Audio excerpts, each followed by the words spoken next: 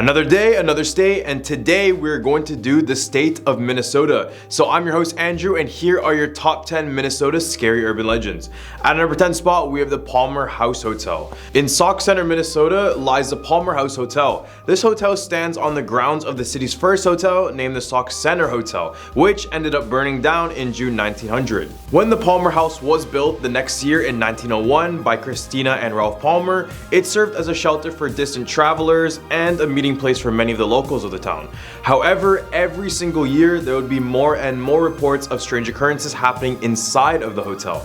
Guests and staff alike would initially notice cold spots associated with the feeling of dread, as well as doors closing on their own, but eventually various people would report disembodied voices and tugs from the ghost of a little boy seen running in the hallways. This place was investigated by American paranormal television series The Dead Files, and during the investigation, psychic medium Amy Allen confronted a dark presence attempting to take control of her physical being. The room with the most activity is said to be room 22, where this one lady says that she made contact with a ghost child named Thomas, but you can book any other rooms if you don't want to encounter a ghost. Your choice. At a number 9 spot, we have the Kensington Runestone. This slab of stone looking like straight out of the Bible was allegedly found somewhere in central Minnesota during 1898. It was found by Olaf Oman, who was a Swedish archaeologist who found it after removing a tree in his farm. The stone had Viking runes, and one of the texts read the year 1362, which ultimately suggested that Scandinavians arrived in North America 130 years before Christopher Columbus did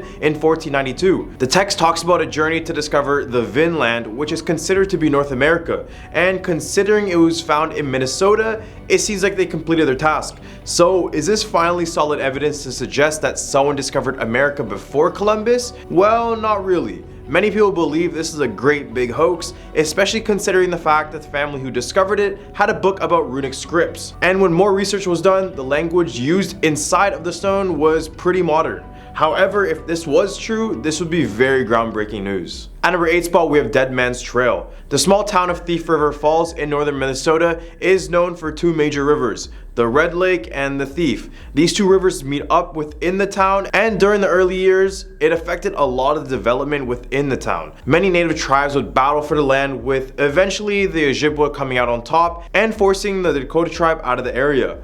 After years of conflict, this town eventually started to have more reports of the supernatural, with the most being reported during a hike in the Dead Man Trail. One story goes that the trail was being used as a hiding spot for a man wanted for murder, while another story talks about a Native American woman who was trying to escape from people chasing her. She ran as fast as she could, but her newborn baby would just slow her down, causing her to hide the baby beside the river. When she went back to get the infant, she discovered it had been carried away from the river. Hikers have reported witnessing her ghostly apparition, hunting for her infant to this day. At number 7 spot, we have the Mounds Theater. Built in 1922, this theater was once used as a venue for live entertainment and silent movies.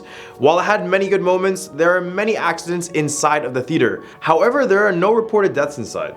Eventually, it would get closed down in 1967, then reopened once again in 2001. This little mix of accidents with abandonment is the perfect recipe for ghosts to live in, and this is the case made by many staff and visitors of the theater. Late night workers and janitors have reported being physically grabbed by a ghost, and others report a ghost named Red who throws things at women, and also a young girl has been reported wearing a pink dress bouncing a ball on stage when no one else is around. At number 6 spot, we have the Lake Pepin Serpent. Here comes another iteration of the Loch Ness Monster that lurks to depths below the US. Introducing the Pepe Monster, or PP Monster, whatever floats your boat, but I guarantee this beast won't. As it's mentioned from the name, this beast is located in Lake Pepin, which is basically the border between the states of Wisconsin and Minnesota.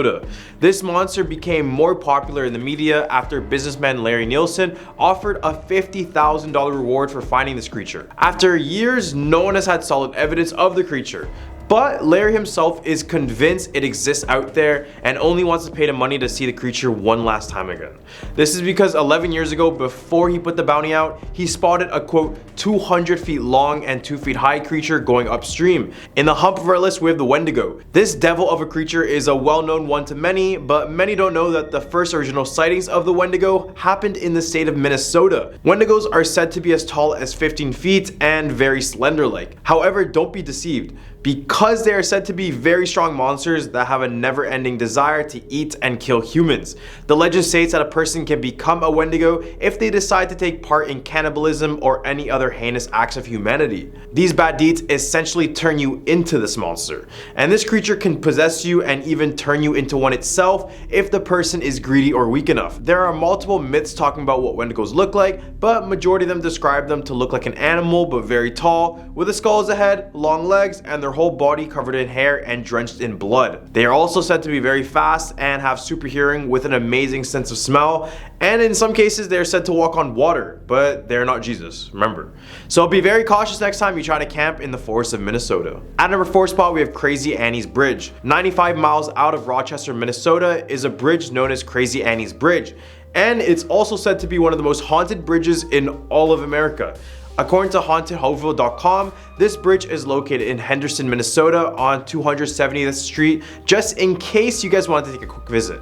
But I guarantee that's probably not the best idea. This bridge in particular is said to be haunted by a mother named Annie, who was reportedly from the early 1900s. Story goes that Annie lived in the area during the time of World War I. She fell in love with a man and started a family with 3 kids.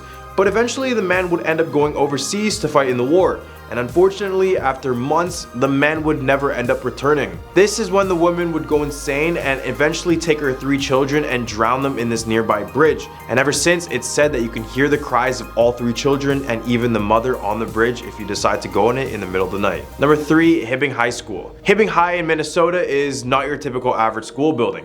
Here, the staircases are marble, the railings are brass, and the art walls hold the whole almost medieval design together. The auditorium was modeled after the Capitol Theater, which is a sight in and itself. And when Bob Dylan was still Robert Zimmerman and a student at Hibbing High, he performed on the auditorium stage during a talent show. But even with star performers and a stunning design, it's a lone seat inside of the auditorium that attracts the most attention from everyone. The story goes that the first stage manager named Bill was employed at the school from 1927 to the late 1960s when he passed away after a chandelier fell on his head. Rumors soon arose that Bill really never left his favorite seat in the theater named J47. In the early 90s, Chuck Perry, who at the point had been stage manager since 1979, took a series of photographs of the auditorium after a woman reported feeling a cold chill as soon as she walked around J47 row. And lo and behold, one of the photographs taken with the Polaroid camera showed a man sitting in J47 wearing formal clothes and a top hat, and you could reportedly see right through him. So is this ghost? Who knows? At number 2 spot, we have the Hairy Man of Vergas Trail. In west central Minnesota, in a small town named Vergas, is the tale of the Hairy Man legend.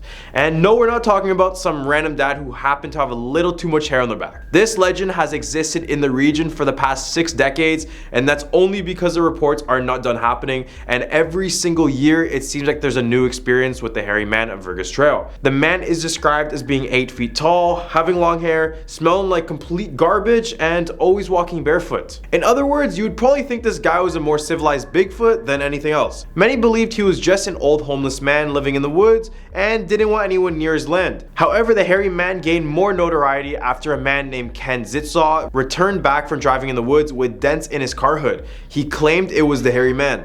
Others have reported other attacks regarding the Hairy Man, but in the end, it's not confirmed if he really exists or not, or if he's just a figment of our imagination. At number 1 spot, we have the Glen Sheen Mansion. Minnesota's most notorious killing occurred at the Glen Sheen Mansion in Duluth. Elizabeth Condon, the heiress who inherited the home, was murdered in her bed in 1977.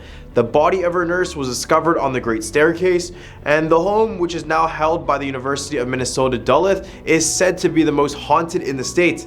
After hours, employees have heard screaming, and some claim to see a white lady dressed in really dark clothing wandering throughout the entire mansion. Well, these are the top 10 Minnesota scary urban legends. What state should we do next? Leave a comment down below. We're gonna do all of them, so stay in tune for some more content. So be sure to like and subscribe for some more content. I'm your host, Andrew, and I hope you guys have a scary day.